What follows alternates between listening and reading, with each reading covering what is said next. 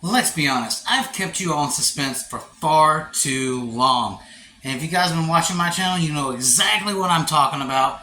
Tonight, we're coming back with part 2 of my biggest food challenge yet, and that is my fried chicken shootout.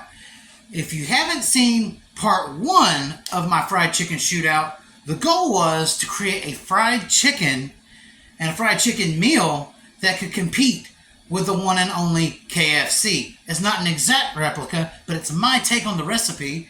And if you guys missed out on that, this is how it went and the score that it got. Alright, the scores are coming in now out of 10. Where would you rate it? 10. 10 out of 10. This is really setting a high mark for my next video of the Cajun chicken.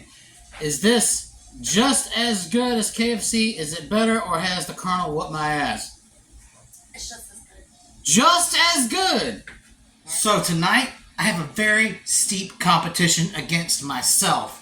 We're taking on Cajun Style Fried Chicken, sides and all. And tonight, we're going to see if this chicken can compare to or even beat the great Bojangles. So let's get started. Cajun has long been a challenge of mine that I've not yet passed, but after years of study and recent research and practice, I think I can knock this out of the park. So let's get started. Alright, and like in the last video, the prep for this fried chicken starts the night before. So ladies and gents, welcome to last night. I've already butchered my chicken, and yes, the chicken does, like last time, look like it needs medical assistance. But we're going to go ahead and create our Cajun marinade.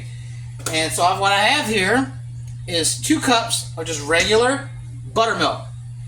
And this is what we're going to season our buttermilk with. And all it is 1 teaspoon of kosher salt, 1 teaspoon of ground white pepper, and 1 teaspoon of cayenne pepper. I know what you guys are saying. It doesn't sound like a whole lot of seasoning going into the marinade, but we're going to be creating a Creole seasoning from scratch. That's right, a homemade Creole seasoning. And that it's got a lot of salt in it, so you're not really going to need a lot of salt in the marinade and on the chicken before it goes in the batter. So we're going to whisk this up right quick.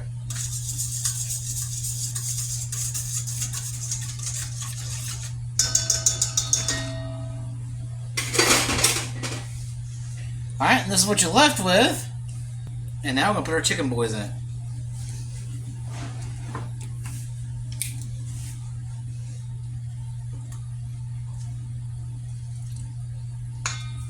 We're just going to work them down in the buttermilk like last time. Make sure every piece is covered.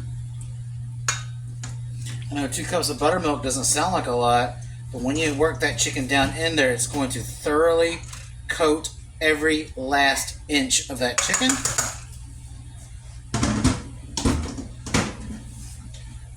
If you don't believe me, take a look at that right here. Alright, so we're going to let these guys soak overnight, and I'll see you again tomorrow. Fast forward, and we are back to today. And like I mentioned in that last clip, we have created a homemade Creole seasoning from scratch. It's going to be used in one of our sides, and it's going to be the base of flavor in our Cajun breaded chicken. Now, a common question that is normally asked is, what is the difference between Cajun seasoning and Creole seasoning, which is what we've got right here?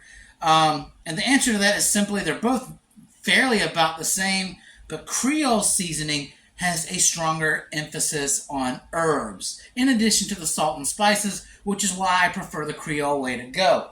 So we're going to break it down real quick what's in this bowl. Let me grab my sheet of paper that I just wrote this recipe down on, because I just came up with it between last night and the night before, but there's been a lot of research put into this.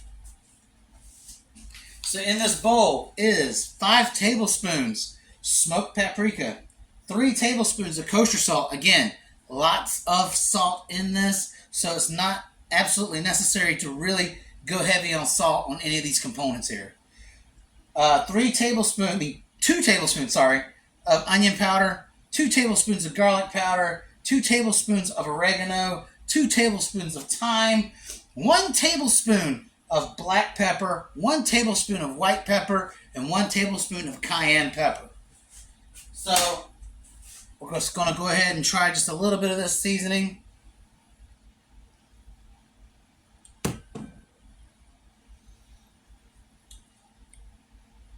Ooh! I'm not from Louisiana and I've never been, but I imagine if Louisiana had a flavor, the whole state would probably taste like this. That is really, really good, and it's really, really balanced. So we're going to go ahead and start with our side dish, and we're going to go traditional Ragin' Cajun. This is going to be an all-day cooking event to find my inner Ragin' Cajun. We're talking about real flavors, cooked slow, and to see if I can compete with top-tier Cajun fast food restaurants. All right, so our side today, our piece of resistance to stand up to our Cajun fried chicken is going to be a Mad Chef version of a Cajun red beans and rice. So let's not waste any more time and get to prep. All right, so what I have right here are 6 slices of thick cut bacon. You can use whatever kind you want. Now this is going to be used in lieu of smoked ham hocks, because when I went to the store to get groceries and get stuff for this particular recipe, there was a lot of stuff that the stores didn't have. I guess supply issues still a thing. So they're still going to be using a smoked pork element with this bacon. It's going to be the first thing that goes in the pot. Not only is it going to provide flavor, it's going to be the oil base we're going to use to saute the vegetables before we start making the actual beans. All right, now that we got our pot nice and hot, we're going to add our delicious little bacon bits in, and we're going to go ahead and render them off.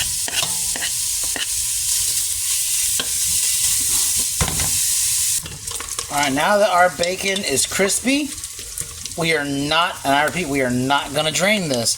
We're going to use all that nice bacon fat to make the base for our red beans and rice. So what we're going to do now is we're going to start adding in some seasoning. This is 1 tablespoon of onion powder. Optionally, you can also do 1 medium yellow onion. Get that stirred in there. Get that starting to smell good. Alright. And then to it, we are going to add 2 tablespoons minced garlic with additionally a half a teaspoon of red chili flakes. We're going to turn down the heat just a little bit.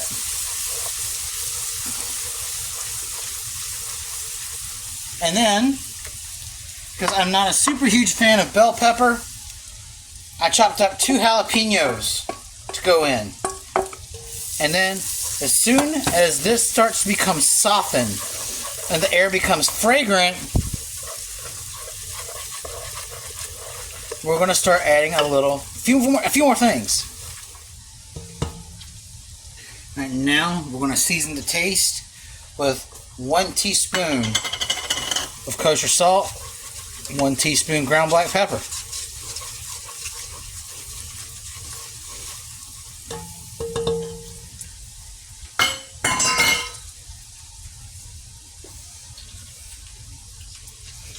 This is a tablespoon of smoked paprika, 2 teaspoons of cayenne, and 2 teaspoons of thyme. I was going to use fresh thyme, but again, the store was out of a lot of fresh produce and some of the other items. Again, I guess even, 3 years after COVID, we're still being hit with some serious changes. Some things are just still harder to find than they used to be, and that's sad. Hopefully, things like that in supply chains will be restored, fully to what they were in the near future. Alright, and now we're going to add 8 cups of water. And to that, we're going to add a tablespoon and a half of our homemade Creole seasoning.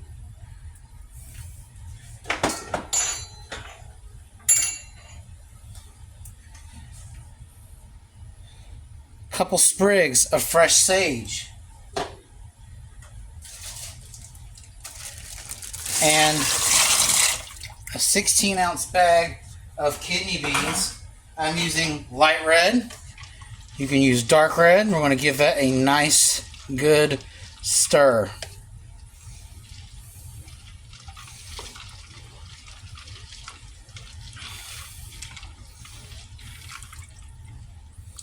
All right. We're going to put a lid on it and bring it to a boil. All right, and that didn't take long at all to boil. And I forgot to mention to you guys before I close the lid, there are also 2 bay leaves in it. And guys, this smells phenomenal. All right, so what we're going to do, now that we stirred everything up, is we're going to turn this down to a medium heat and let this simmer for 3 hours, and I'll see you then. All right, we're back, and it's been 3 hours, and would you look at that beautiful bean footage right there. However, I will say that this pot gets really super hot. It gets a lot hotter than a lot of my other pots, so this started to dry out a little, so I've been just giving it a few taps with some bottled water. Okay, guys, I feel like it's important to say this. No, I've not drank out of it. I can do a little bit better than that. So, we wanted to maintain some moisture. We cannot afford to ruin the side dish because I am determined to claim my Cajun Crown today. And speaking of Cajun, you can't say Cajun without andouille sausage. This is one link of andouille sausage that I'm just going to toss right in. Alright, so you can cut this into bite-sized pieces, but I like the coins. It's like a comfort thing. For whenever I was like a little kid, eating some beanie weenies like we all did, and finding that big chunk of sausage in, you know, the beans and franks was just so satisfying. I'm doing the same with this. I mean, okay, I love sausage. No homo. Alright, now we're going to tap this with a little bit of water. Just a little bit. And then we're going to let that simmer for another 45 minutes. Alright, beans are done. Rice is almost done. And again, guys, I'm using the same rice and the same cooking method that I've been using previously. I'm not going to document it this time around because it's already been, you know, shown in a couple of my other videos. So now we're going to focus on the chicken. I was planning on making some scratch-made buttermilk biscuits, but the food processor functioning on my blender really didn't work as advertised. I tried to save it by hand, but ultimately my biscuit dough failed, and all I have, you know, to show for all my efforts is looking like I just freshly rolled out of a crack den. Alright, so now we're going to go ahead and make the breading for our chicken. And what I've got in this bowl right here is 2 cups of all-purpose flour, 1 cup of cornstarch. Just like last time, this is going to get real crispy. And we're just going to pep this up with a teaspoon of kosher salt. Again, not too much. A teaspoon of ground white pepper and 2 teaspoons of smoked paprika for color. And just like last time, to get some crunchiness going on, I'm going to be streaming in a few teaspoons of this buttermilk chicken marinade we made last night. Alright, that should be enough.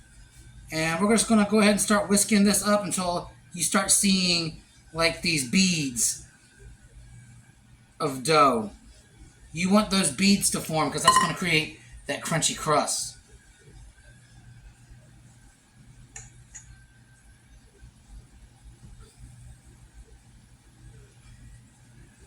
Alright, now that we got them formed, to this we're going to add 1 cup of our Creole seasoning. And this is going to take care of pretty much everything else.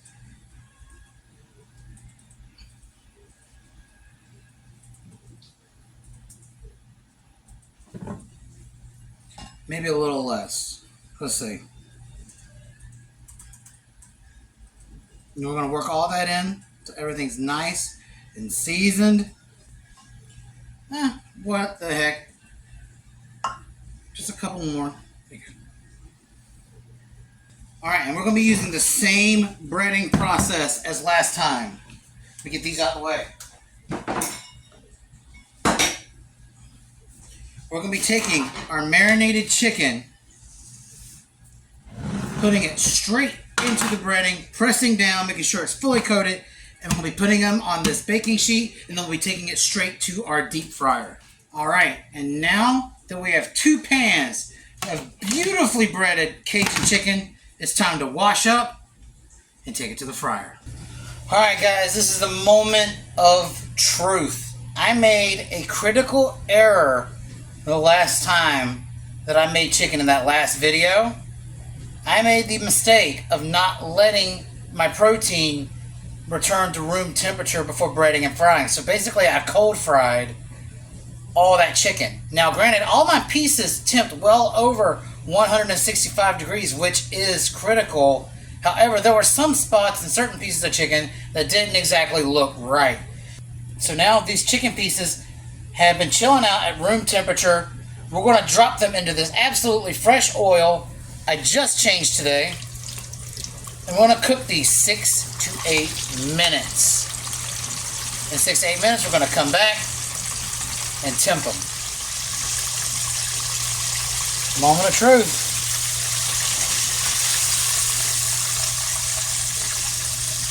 This bad boy right here.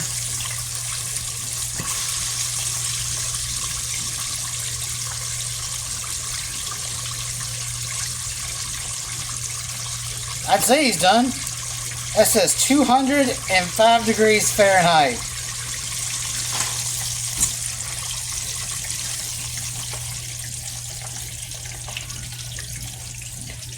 $209. Good readings, good readings. Now keep doing this for each piece of your beautiful Cajun chicken. Alright, the chicken is done. The red beans and rice are done. Unfortunately, my buttermilk biscuit batter didn't go through, so today I was not meant to be a biscuit maker, just simply the son of a biscuit eater. So let's take a look at this real quick. Our Cajun-inspired red beans and rice. And this beautiful chicken, gotta admit, this chicken looks really darn good. But is it Louisiana good? There's a lot riding on this. So if I can prove to myself that I can make Cajun food after it being my biggest adversary for years, this is a huge milestone in my cooking journey. But there's only one thing that can be done to determine this. There is, again, yet the same blind taste tester off screen who is going to be telling me exactly how she feels about this chicken. And again, that's none other than my beautiful wife. And today we're going to find out one thing. 1, where does it rank on a 10 scale? And 2, does this beat Bojangles or is it better? Do I need to pack my bags and head to Louisiana or do I need to go back to school? All right, we're about to find out.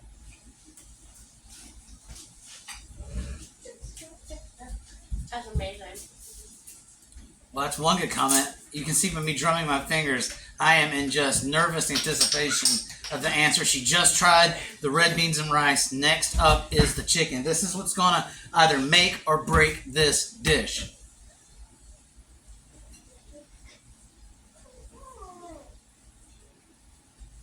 That's really good.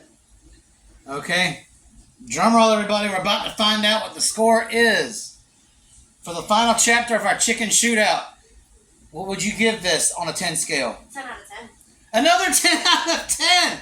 Finally, my Cajun chicken doesn't suck. Okay, so, is this better than Bojangles? Just as good? Or does Bojangles need to send me to school? It's better. Better than Bojangles! Holy hell! Alright, now it's time for my turn. Try this Cajun-inspired red beans and rice. I want a little bit of everything.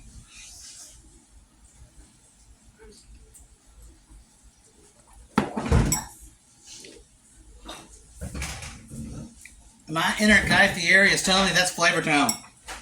Like last time, the real challenge is a chicken breast, as it is criminally easy to overcook a chicken breast. We're going to see if did this one remain tender and juicy. As you can see, it's perfectly cooked.